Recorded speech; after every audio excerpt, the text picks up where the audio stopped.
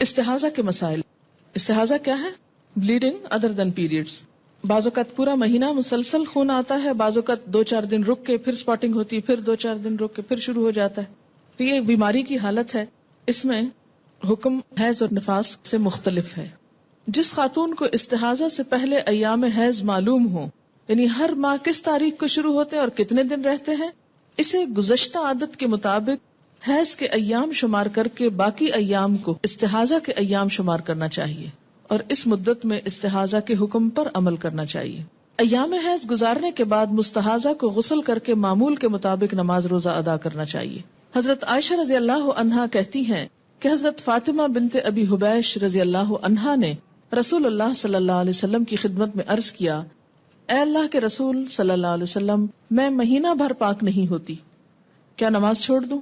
آپ نے فرمایا، یہ ایک رگ کا خون ہے، یعنی ایک وین سے آتا ہے، حیض کا نہیں، لہذا حسب عادت جب حیض شروع ہو تو نماز چھوڑ دو، اور جب عادت کے برابر دن گزر جائیں تو خون دھو لو اور نماز پڑھو. اسے بخاری نے روایت کیا ہے. جس خاتون کو استحاضہ سے پہلے حیض کے ایام معلوم نہ ہو، یعنی حیض میں بے قاعدگی رہی ہو، کبھی جلدی کبھی دیر سے آتے ہوں، یا کبھی 5 دن کبھی 8-9 دن ہو، اسے حیض اور استحاضہ کے خون کے رنگ میں فرق دیکھ کر حیض اور استحاضہ کے احکام پر عمل کرنا چاہیے. مستحاضہ کو ہر نماز کے لیے نیا وضو کرنا چاہیے، یہ اہم بات ہے. حضرت فاطمہ بنت ابی حبیش رضی اللہ تعالی عنہ سے روایت ہے کہ وہ مریض تھیں. نبی صلی اللہ علیہ وسلم نے انہیں فرمایا، جب حیض کا خون ہو تو یہ سیاہ رنگ کا ہوتا ہے، یعنی ڈارک ہوتا ہے، جو پہچانا جاتا ہے، لہٰذا جب یہ ہو تو نماز نہ پڑھو، لیکن اگر اس کے علاوہ کوئی دوسرا خون ہو لائٹ کلر میں تو وضو کر کے نماز پڑھ لو، کیونکہ استحاضہ کا خون ایک رگ سے نکلتا ہے. اسے ابو داؤد اور نسائی نے روایت کیا ہے. جس خاتون کے ایام حیض معلوم نہ ہو اور جس کے حیض اور استحاضہ کے خون میں رنگ کا فرق بھی نہ پایا جاتا ہو، اسے پہلی دفعہ حیض کے دنوں کو سامنے رکھتے ہوئے ہر مہینے کے اس دن سے حیض کی ابتدا شمار کرنا چاہیے جس دن پہلی مرتبہ حیض آیا تھا. مثلاً کسی خاتون کو پہلی دفعہ مہینے کے 7ویں دن حیض آنا شروع ہوا تو اسے حیض اور استحاضہ میں فرق کرنے کے لیے 7ویں دن سے حیض کے احکام پر عمل شروع کرنا چاہیے. مذکورہ مستحاضہ کو اپنے جیسی خواتین، اپنے ملک، علاقے، عمر، اپنے جتنے بچوں والی خواتین کی عادت کو سامنے رکھتے ہوئے مدت حیض کا تعین 6 یا 7 دن شمار کرنے کے بعد استحاضہ کے حکم پر عمل کرنا چاہیے. یعنی پھر دوسری پاس والی خاندان کی رشتہ دار عورتوں کی عادت کو دیکھا جائے گا جس کو پہلی دفعہ سے یہ بیماری شروع ہوئی ہو. حضرت حمنہ بنت جحش رضی اللہ تعالی عنہا کہتی ہیں کہ مجھے کثرت سے مسلسل استحاضہ کا خون آتا. میں نبی صلی اللہ علیہ وسلم سے مسئلہ دریافت کرنے کے لیے حاضر ہوئی.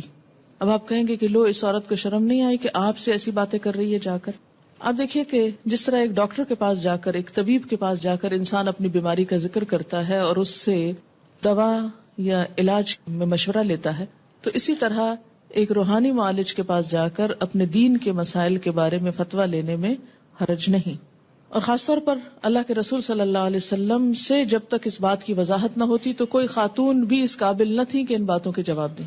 سوال پوچھتی ہے، میں نے عرض کیا اللہ کے رسول صلی اللہ علیہ وسلم، مجھے استحاضہ کی بیماری ہے اور خون بڑی کثرت سے مسلسل آتا ہے جس نے مجھے نماز روزے سے روک رکھا ہے، اس کے بارے میں آپ کا کیا حکم ہے؟ آپ نے فرمایا، میں تمہیں روئی استعمال کرنے کی ہدایت کرتا ہوں کیونکہ وہ خون چوس لیتی. حضرت حمنہ نے عرض کیا، خون تو اس سے زیادہ ہے.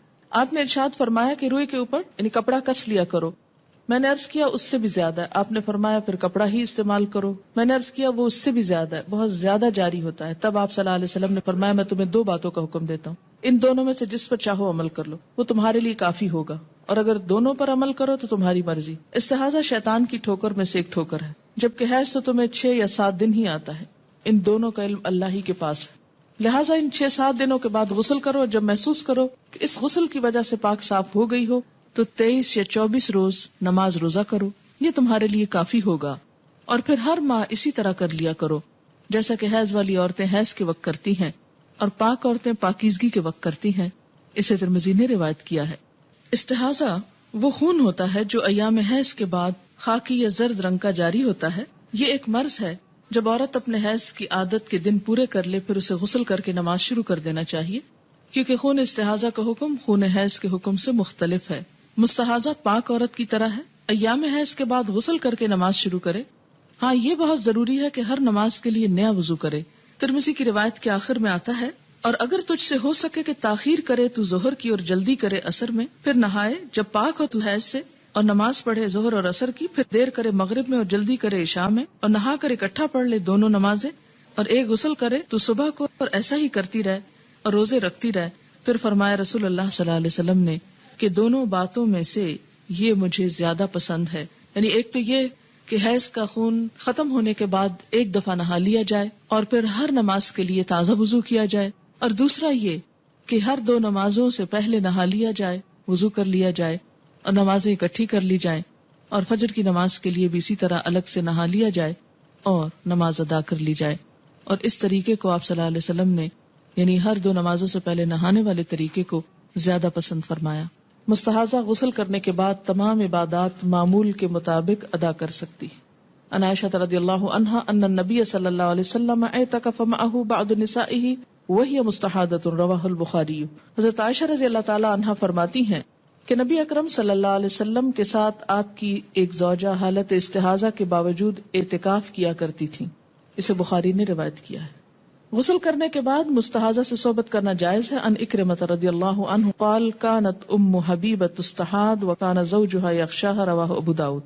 حضرت اکرمہ رضی اللہ تعالی عنہ فرماتے ہیں کہ ام حبیبہ رضی اللہ عنہا استحاضہ کی مریض تھی اور ان کے شوہر عبد الرحمن بن عوف رضی اللہ عنہ ام حبیبہ سے غسل کرنے کے بعد صحبت کیا کرتے تھے، اسے ابو داؤد نے روایت کیا ہے۔ اگر شلوار پر ایک سپاٹ حیض کا لگا ہو، واشنگ مشین میں دوسرے کپڑوں کے ساتھ کیا اس کو دھو سکتے ہیں؟ ایسا نہ کیجیے، اس کے داغ کو الگ سے اتار کر واشنگ مشین میں ڈالیے، اور اگر آپ نے اس کو دھونا ہے تو یا تو الگ دھوئیے تاکہ سارے کپڑوں میں نجاست نہ پھیلے، اور اگر بھول کے ایسا کر بیٹھے اور ہو گیا تو سارے کپڑوں کو اچھی طرح پاک کر لیجیے۔ اور پاک کرنے کا طریقہ کیا ہے کہ کم از کم 3 دفعہ ان کو اس طرح دھویا جائے کہ سارا اس میں سے پانی نچوڑ لیا جائے، اور آخری مرتبہ جب وہ پانی نچڑے تو وہ صاف نظر آنا چاہیے۔ ٹھیک ہے۔ پیریڈ سے پہلے جو ڈسچارج ہوتا ہے اس کے لیے کیا رولز ہوں گے؟ جب تک بلیڈنگ نہ شروع ہو اس سے پہلے اگر تھوڑا بہت یلوش 1-2 دن پہلے ہلکا پھلکا ہے تو اس کو کنسیڈر نہیں کریں گے، کیونکہ وہ ایک طرح سے اسی روایت کے تحت آ جائے گا جس میں یہ کہ پیریڈز کا جو خون ہے وہ کیا ہے، سرخ رنگ کا یا سیاہ رنگ کا تھک ہوتا ہے۔ لیکن اگر مثلاً اس میں 2-3 گھنٹے کا فرق ہے، تھوڑا سا ڈسچارج شروع ہو گیا پھر اس کے بعد ریڈش شروع ہوا تو وہ ڈسچارج بھی پیریڈ میں کنسیڈر ہوگا۔ لیکن اگر 2-3 دن پہلے، ہفتہ پہلے ایسی کوئی چیز شروع ہو جاتی تو وہ نہیں۔ جو لوگ کپڑا استعمال کرتے ہیں خاص کر ماسیاں، وہ کہتی ہیں کہ پھینکنا نہیں چاہیے، اس کو دھونا چاہیے، اور نہ دھوئیں تو بہت گناہ ہے۔ گناہ کی بات کہتے ہوئے تو میں ذرا جھجکوں گی، لیکن بات یہ ہے کہ 2-3 وجوہات سے اس بلڈ کو ڈسٹرائے کرنے کا اہتمام کرنا ضروری ہے۔ نمبر 1 تو یہ کہ نجاست ہے۔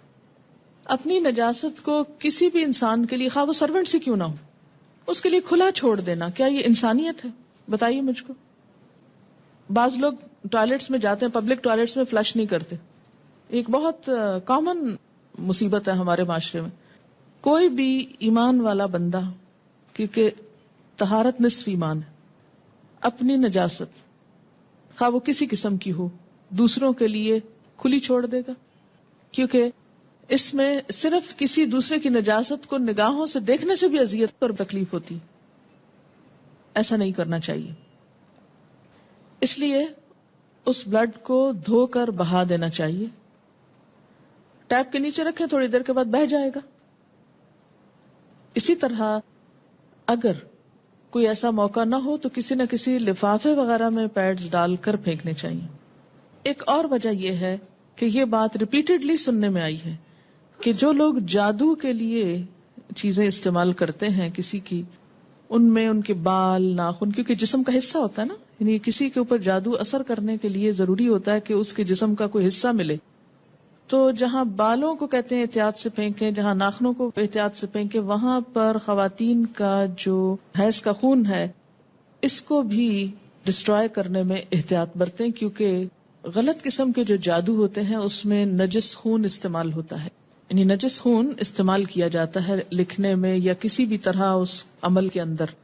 بسا اوقات یہ پتلے بنائے جاتے ہیں، ان کو ان میں لپیٹ کے دفنایا جاتا ہے، بعض اوقات لکھا جاتا ہے اس سے، بعض اوقات بہت ہی غلط قسم کے کام ہوتے ہیں۔ اس اعتبار سے بھی اس کو ڈسٹرائے کرنا ضروری ہے۔ یہ بھی ہو سکتا ہے کہ گھر کے کسی کونے میں کوئی ایسی جگہ بنا لیں کہ جہاں ان کو جلایا جا سکے، کوئی ایسا ٹن وغیرہ رکھ کے ڈھک کے، یا سب سے آسان اور بہتر طریقہ تو یہ کہ دھو کے بہا دیا جائے۔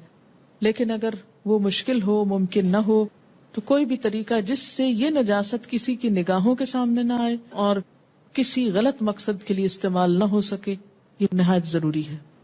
استحاضہ کی وجہ سے انسان کی عبادات بہت افیکٹ ہوتی ہیں، گلٹ رہتی ہے، یہ بالکل درست ہے، لیکن یاد رکھیے کہ جہاں تکلیف ہوتی ہے وہاں اجر بھی ہوتا ہے۔